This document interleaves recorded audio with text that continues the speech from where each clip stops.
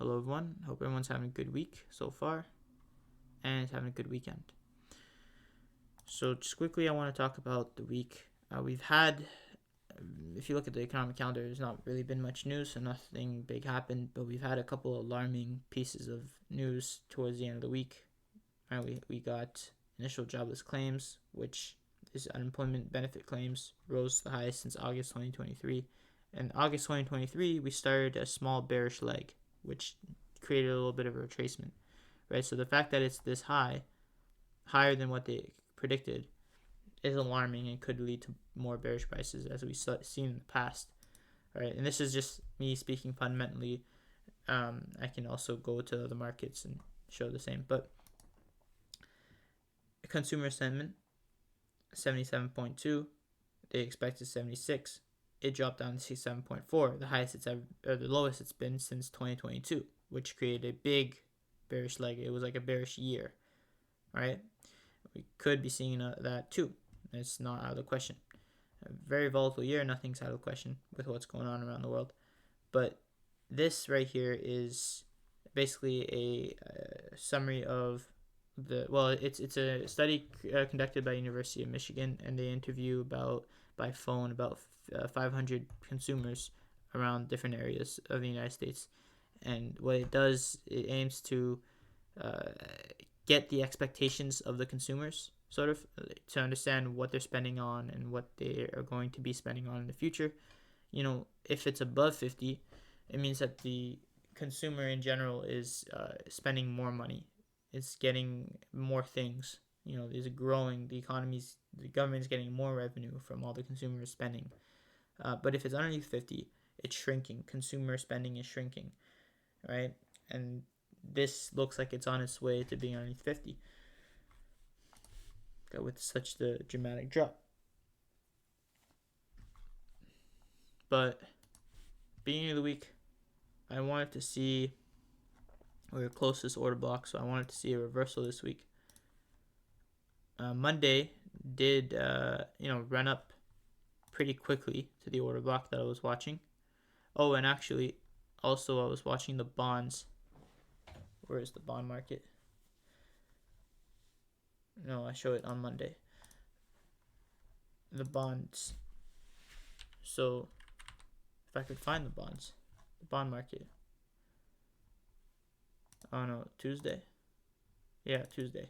So the bond market making the higher high, lower high, and I believe this is still in effect. I can show it here. Yeah, it is. So let me actually just bring this up. So the bond market, it's still, this SMT is still in effect. If you look at the 5-year note, we have that high mid on Friday here, the Friday high on the 30-year here, and then the Friday high on the 10-year here. And you see how the 5-year is making the much lower low. The smaller years are usually the most volatile ones. They're usually the leading ones, just like the NASDAQ leads with the S&P and the Dow. And so this is indication that we are starting a retracement. And if you look at, where the high of the week created, this is what, this is accurate to what my analysis was. But the stock market, I was wrong this week. The stock market has happened to me before, where I have a bias and it's clear to me, but the stock market doesn't listen. It's just being stubborn. Eventually, it's going to need to get in line, though. And I think these bonds started an initial retracement, which caused the stock market to bounce up from this big down move it had. But I think the fund's going to be over soon, and we're going to resume to go lower. And because what did we do? We came back to fill in this gap here completely, hit this order block, and left divergence. And I believe the dollar is on its way back up. So at the very least, we're going to have a retracement back and down into here, at least, I believe, with the news that we're getting. But this Tuesday high week in the S&T held, but I'll show you how I was wrong with the stock market. I wanted Tuesday to be the high of the week and for Wednesday to expand back down to a discount. And it didn't do that. Wednesday did go lower, but then Thursday and Friday came right back up, because again, it's the stock market, and it's its own beast in a word. But eventually, it will have to align itself with everything else. So let me start with the morning. I really liked the morning because it was a market maker buy model. The transition from the 6 o'clock to the 7 o'clock hour created a high. If you look at this short-term high here, we consolidate ahead of this move lower. And before we make this move lower, we make a new high above the short-term high. And then price runs, uses a fair value gap, does the same thing down here. Before we create this leg up, we create a short-term low, and then we make another run lower beneath what this is I believe, if I'm not mistaken, it's the overnight lows. And so this is sell side liquidity, long-term lows, old lows. We trade down beneath this, sweep that level after creating the short-term low, and we run higher, right? Price does this to create more liquidity, to get people counterparty to the smart money that's moving price. So there's breakout traders, people that are buying this failed support resistance. They think it's going to be support now, it's going to keep going up, and so they're buying this, and price is just manipulated that way to get more people into the market, so that there's counterparty liquidity to the bigger positions. That's what happens at each turning point on every time frame: daily, weekly, hourly, 1 minute, 1 second. It's just the way it's built. It's the way it's programmed and coded. So anyways, you see, there's also the SMT divergence. So the Dow is making the lower low, and the Nasdaq's leading, making the higher low. There's a crack in the correlation, showing that there's manipulation by smart money in real time. And then you have the midnight open price, of course, underneath the midnight open. This would be everything I would need to go ahead and look for a long and to take a trade. You then also have this here, where we have same thing, smart money technique with the Dow making the higher high, and Nasdaq failing to make the higher high. Seeing displacement, I went short on consequent encroachment here, and ran back down to create the leg lower inside the 15-minute bearish fair value gap. Right, I saw it go lower here because the 930 opened up, shot up, so I wanted to see a little bit of retracement before considering any higher prices. And we had a really nice run higher after consolidating a little bit and finding more support on this 15-minute bullish fair value gap. In the afternoon was pretty nice. So the afternoon, this is the Nasdaq failing to make a higher high above the short-term high created close to lunchtime, and lunchtime still consolidating. So the Dow would have actually made a higher high. It does, but the Nasdaq doesn't. It leads to go lower, and it leaves on the, if I show you on the 15-minute chart,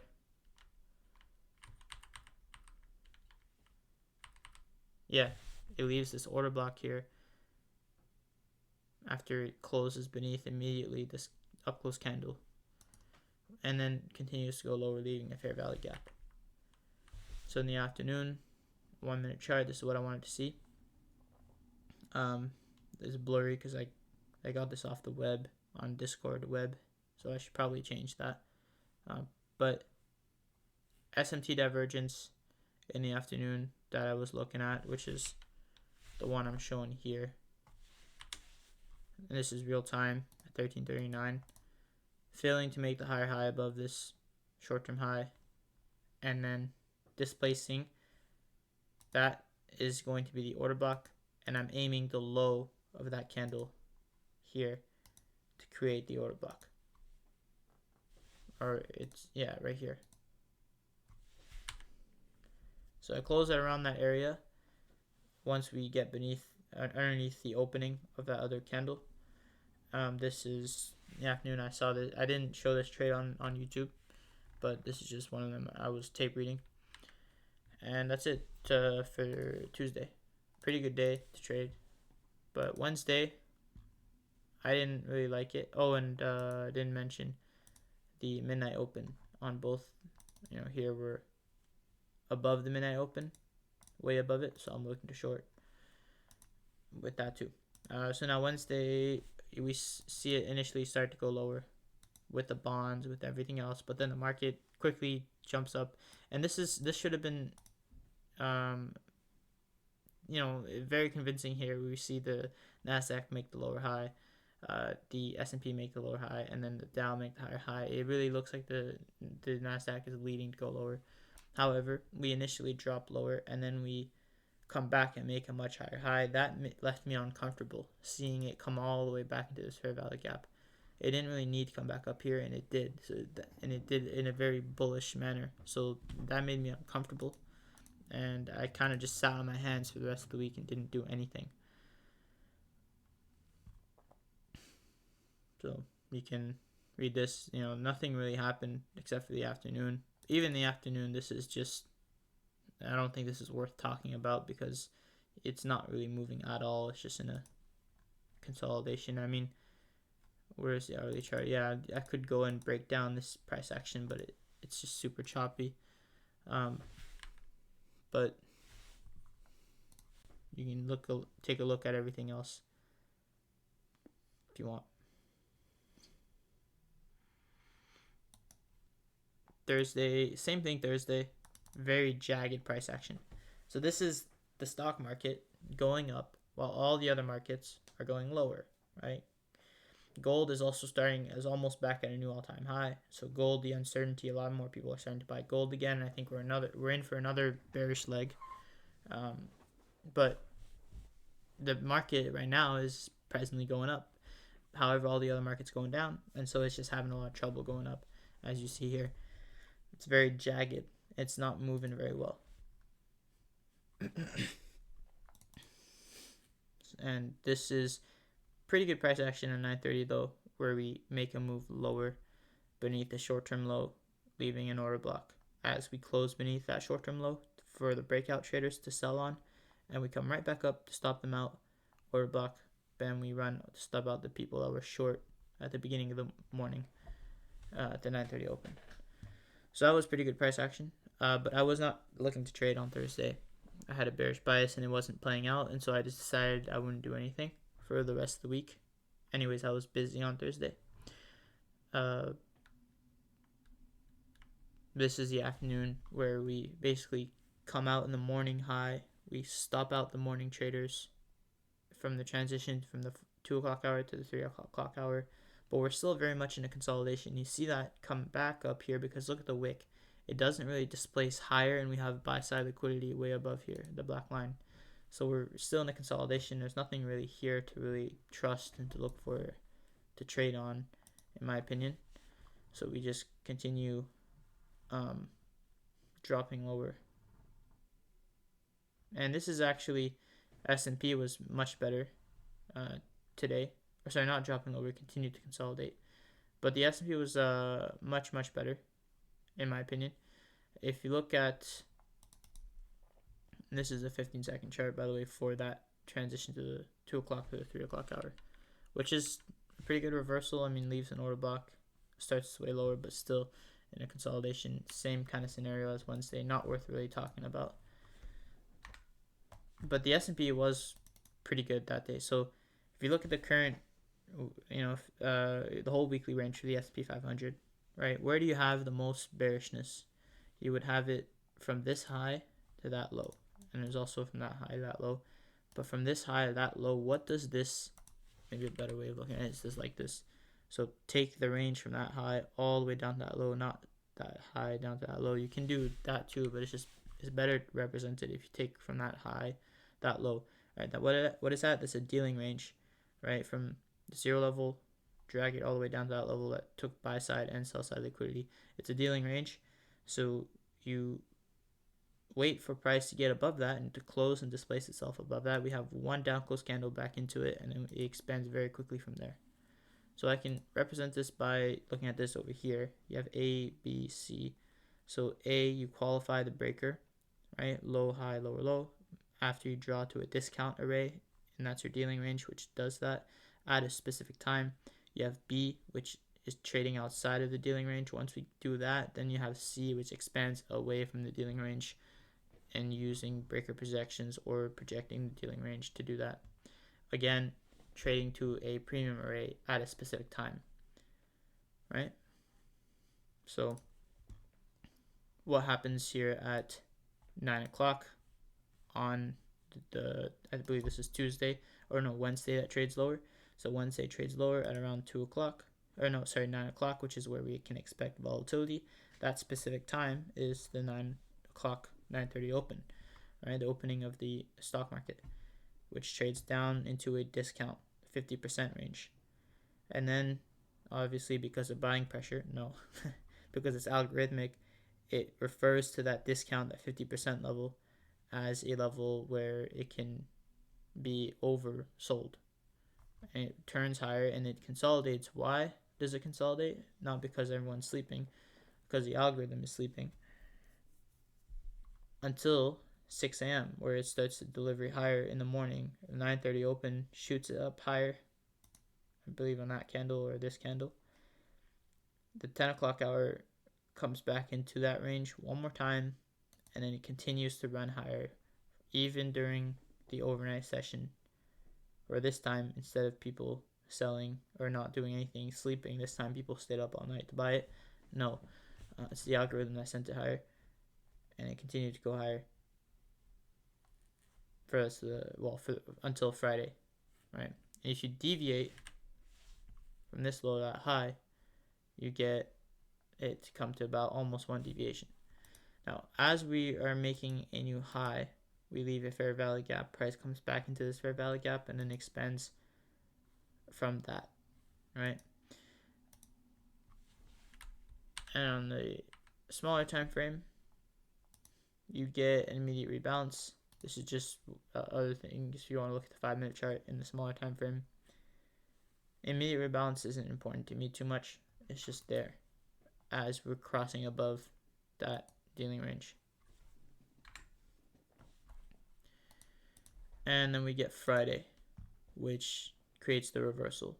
And Friday I wanted to trade, but I'm seeing in the morning how the SMT, the smart money technique, is the NASDAQ being the lagging one. So the Dow is making a lower high while the NASDAQ making a higher high. I don't like to see that, and I didn't really want to take this, but it did work. I just watched it play out. And I also, another reason I didn't want to, as you can see, I'm showing it here how much lower the S&P 500 went compared to the NASDAQ, and also the Dow going much lower compared to the NASDAQ, right? So obviously the S&P was much more bearish. It seemed to be the more volatile one this week. But compare all the London sessions.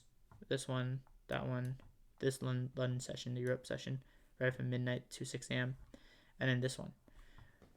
Every day split into 4 sessions. And when I see a certain session trend and leave a very big range, I don't expect much for the next session, right? So this one left a big range. We traded back into it. That's okay. Sometimes it can leave another big range and not really consolidate and chop around much. Sometimes it can chop around for 2 sessions in a row. But I always anticipate the more it consolidates, the more movement I anticipate. And when it expands like this, I anticipate, or the likelihood that we're going to consolidate is higher. And so I just chose to just not do anything and to just let it just do its thing. I wasn't going to miss anything anyways, because these things happen every day, every week, and it never stops.